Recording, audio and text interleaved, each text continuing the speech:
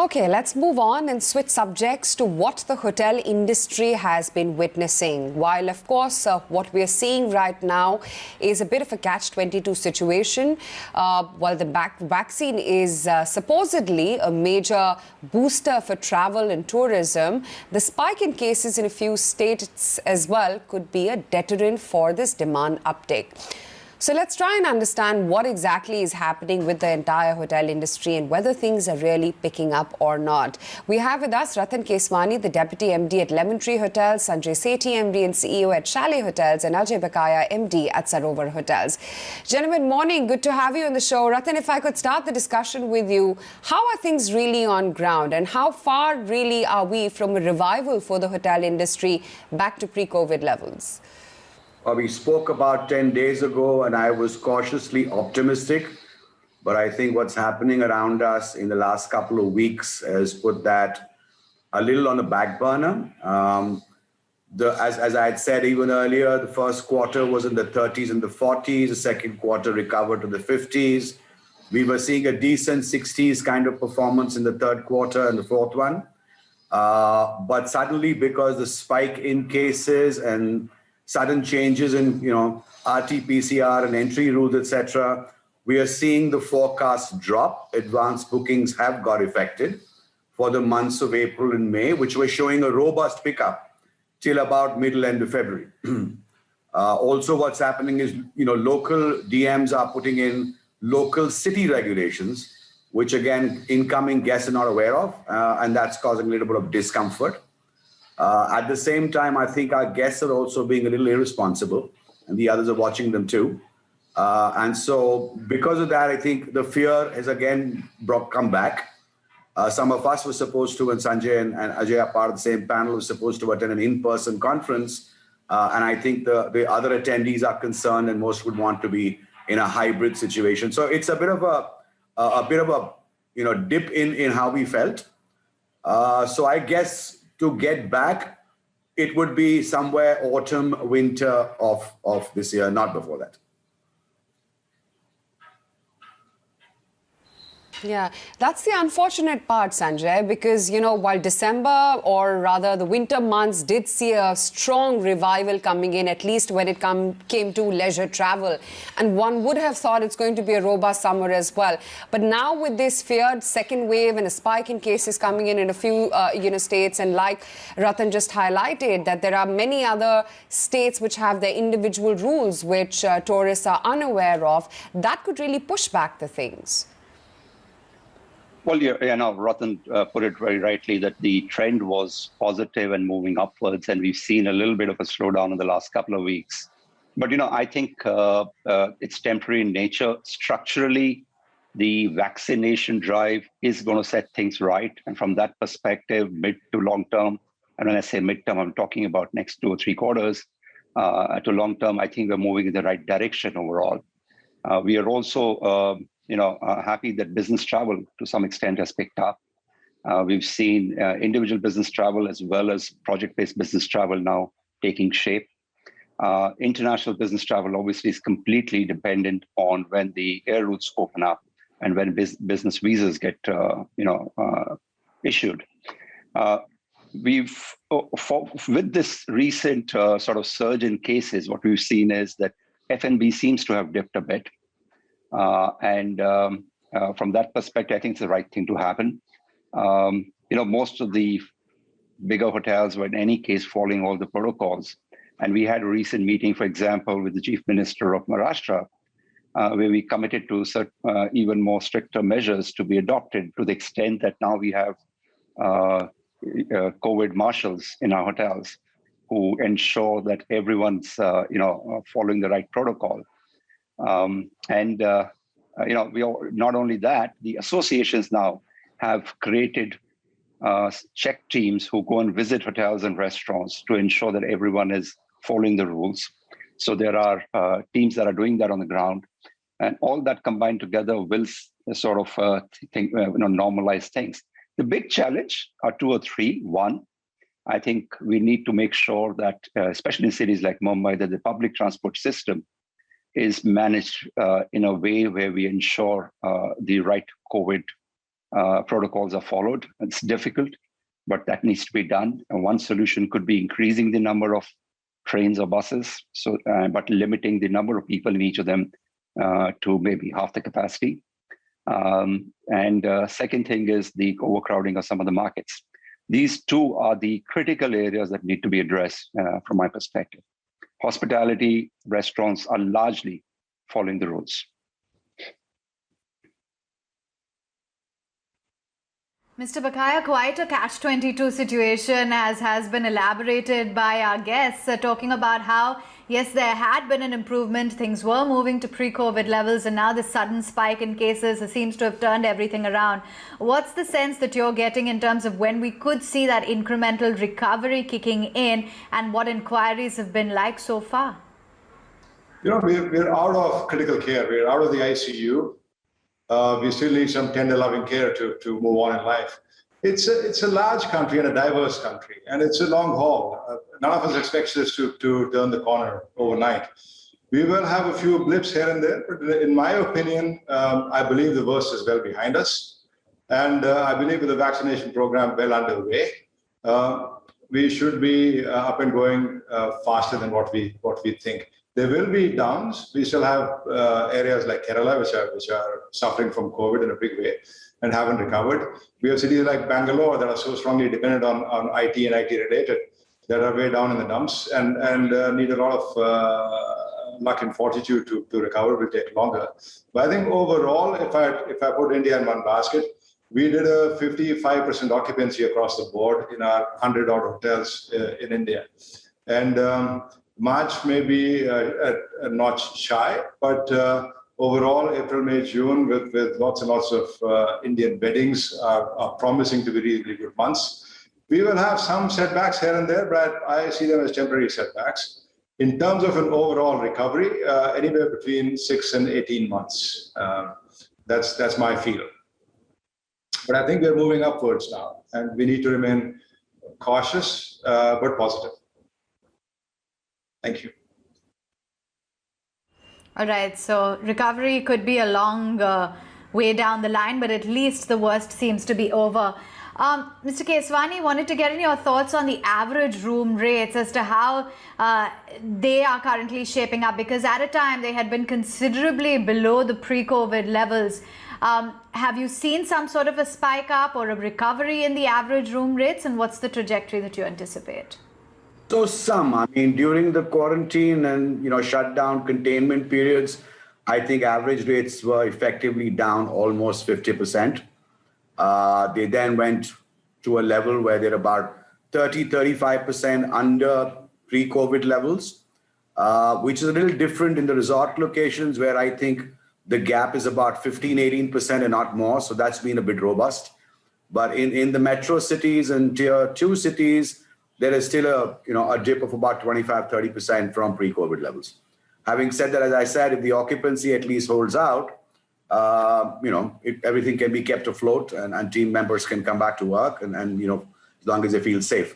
But it's still the average gap would be about 20-25 if you would put the entire basket of city and resort hotels together.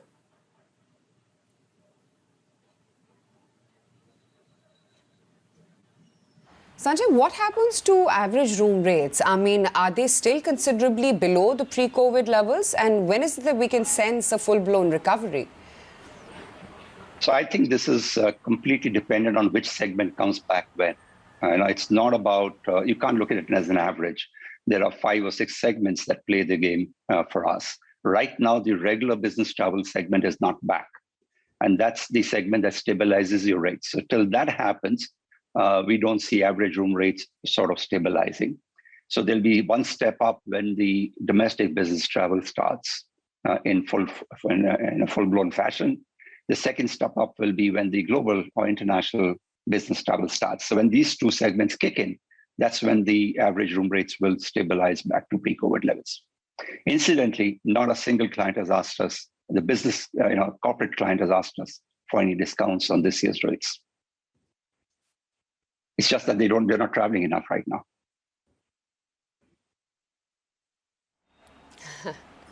Yeah, they aren't. Abhi, what's been your observation on ground? While leisure travel seemed to have picked up, but corporate travel or business travel just hasn't. Do you sense that there could be a recovery anytime soon, or do you think it's going to be restricted to leisure travel? Business travel has picked up a little. Our profiles have changed. The customer who was coming to us all along is not necessarily the same person that's coming along, even in the business domain. So younger executives are traveling, people in smaller cities are traveling, people that need to travel to sell their products or to set up a project, anything on those lines have begun to travel. Senior people are still not so forthcoming or not so keen to travel, are playing it safe. But I see a gradual recovery in that area. Also, we are now targeting or wooing customers that we did not traditionally go for. The conventional customer bank is depleted, so we're looking at all sorts of new segments. People doing film productions, people who are tailoring their weddings into smaller destinations because the numbers are smaller. We're looking at everything that we did not do earlier. So the profile of my guest in a hotel is different from what it used to be. And keeping that in mind and keeping the occupancies in mind, we really aren't even talking average room rates at the moment. You know, it's a market-driven economy. A lot of our business is coming online. Loyalties are thin. Customers have plenty of choices. So I don't think our recovery is going to be rate-driven. It's going to be occupancy-driven and revenue-driven. We need the cash flows.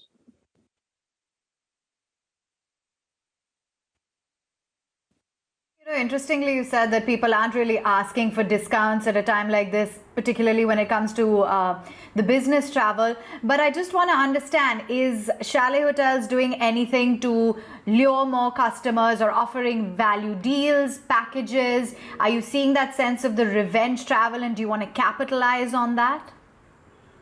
Absolutely. In fact, as Ajay mentioned, there are new segments that have evolved over the last 12 months, and I think they've become the mainstay in these current times. If you really look at it, whether it's staycations at city hotels, whether it's weddings, whether it's film shoots, whether it is the sports events that are happening, they're all driving business up. And of course, in the last few months, corporate travel for projects. From our side, I think we've offered some very encouraging packages on the staycation front. And I think on that front, we've had a huge amount of success, especially at products like Renaissance, which sits on a beautiful lakefront. And we've created some fabulous weekend amenities or staycation amenities over there.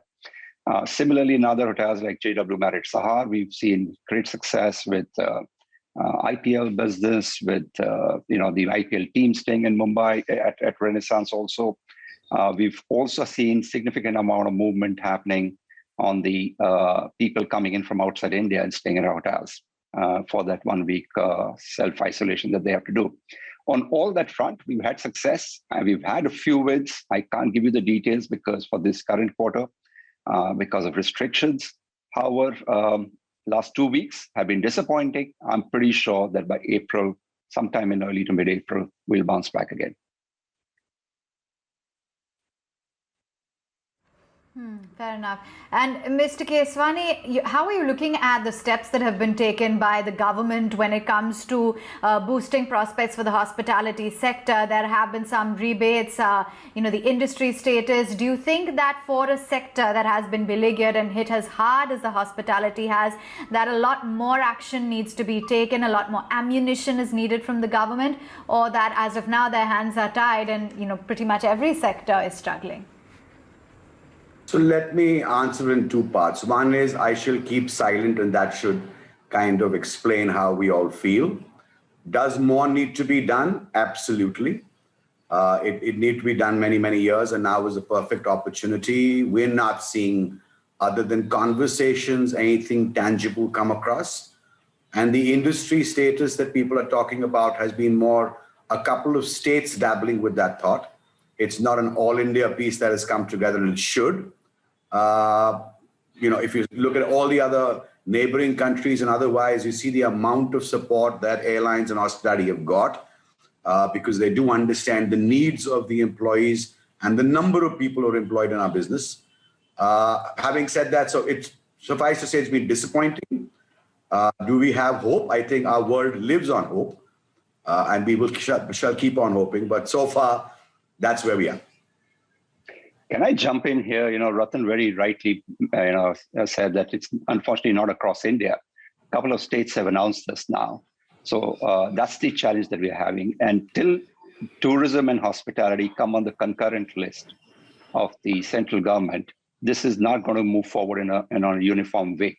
So it's extremely important that we put tourism and hospitality, which is one of the largest provider of employment and a large contributor to the country's GDP, we put on the concurrent list. So there's focus. And I think we can actually double our GDP contribution in a very short time if we get that done.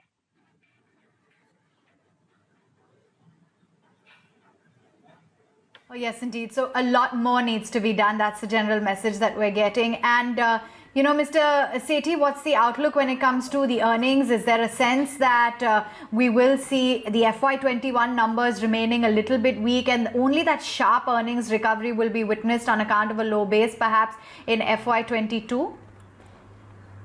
Well, I can't really give you forward-looking statements. We've declared our Q3 results, and we've seen quarter-on-quarter improvement there. And if that trend is to be followed, clearly we are on a path to growth. FY22 will remain muted compared to 23 for sure. But our general view is that the industry will be back to pre-COVID numbers in FY23.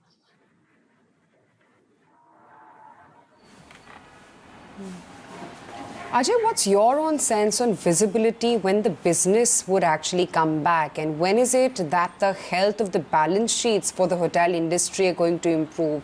And also throw in a light on, what happens to expansion plans at this juncture when you're striving to get the business or the operational business up and running back to pre-COVID levels?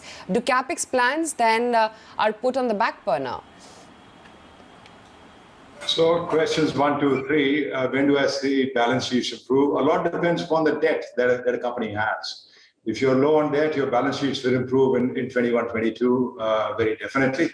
If you're high on debt and suffering in that area, then people have to find different solutions or different long-term solutions. And balance sheets may not appear so healthy for some time to come. On new development, projects that are underway may take some delays, but are still going to go ahead. New projects might see longer delays. And yes, if you look purely at ROI today, it is not the most prudent or the most beneficial thing to be putting up hotels. That scenario will only change in a bit of time. I can talk for Sarovar. We have 15 hotels scheduled to open in this calendar year, 2021. We opened 6 last year in a horrible year.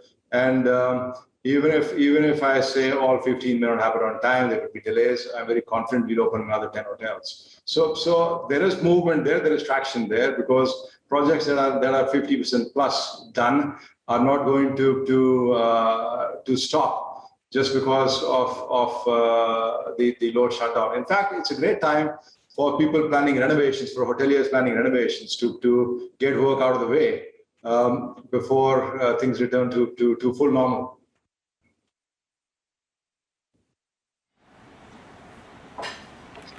Yeah, possible. Rattan, what's been your observation? Would you say that this is the time to perhaps even get in some distressed deals and this is the time to expand, or would you say not quite? So let me just echo part of Ajay's thoughts. Just like Sarovar, we opened 5 hotels during the pandemic. In the next 3 months, I hope to open 7 more. So that part keeps happening. There are more contracts being signed as we speak. We should have a couple of them in play in the next couple of weeks. So that has happened, and correctly so. Again, this is the time, if people have the capital or are able to raise capital, would be the time to actually renovate, refurbish hotels which have aged, because occupancy will not be so high, and therefore that work can go on. On the distressed assets, a lot of us felt that there would be a lot of availability of distressed assets. And I think Sanjay has made it very vocal that he has enough gunpowder to be able to spread around the place in India. So yeah, I mean, the people who have gunpowder are willing to invest, but regrettably, the so-called distressed assets are still being quoted at valuations which were pre-COVID, which doesn't really make sense at all. We've all, I think, been approached by similar players, but unless and unless the valuations are correct, even if you have gunpowder, it's a bad investment decision. But this would be the right time to, get into more assets if they were available at a better and a more optimum valuation for the present. Fair enough. And Mr. Keswani, do you think that perhaps these kind of cost-cutting measures that hotels have had to undertake would continue through FY22 when it comes to employee F&B, PAR, etc., in order to actually see an incremental recovery? Or has there already been things, going back to normal when it comes to the overall cost-cutting measures? So I think we break it up into two parts. Some of the cost cuts were harsh at a point in time because they were the need of the hour to just protect cash. And some of them were clearly identifiable creeping waste methods that we were all guilty of. And you found you dug deeper into that whole piece. So whatever you found was a waste actually and does not need to be repeated, obviously that expense will go away. And that product service valuation would be a little different. Some of them which would therefore have affected a bit of a guest standard, but we had to do it. But therefore in the price value, those kind of services or value chains need to come back. They are being brought back. So what's necessary and right for the customer in the price value will start to get back. And whatever we've identified as waste, which really wasn't benefiting the customer any which ways, it was habits that we had all got used to, will I think remain permanently off our cost sheets.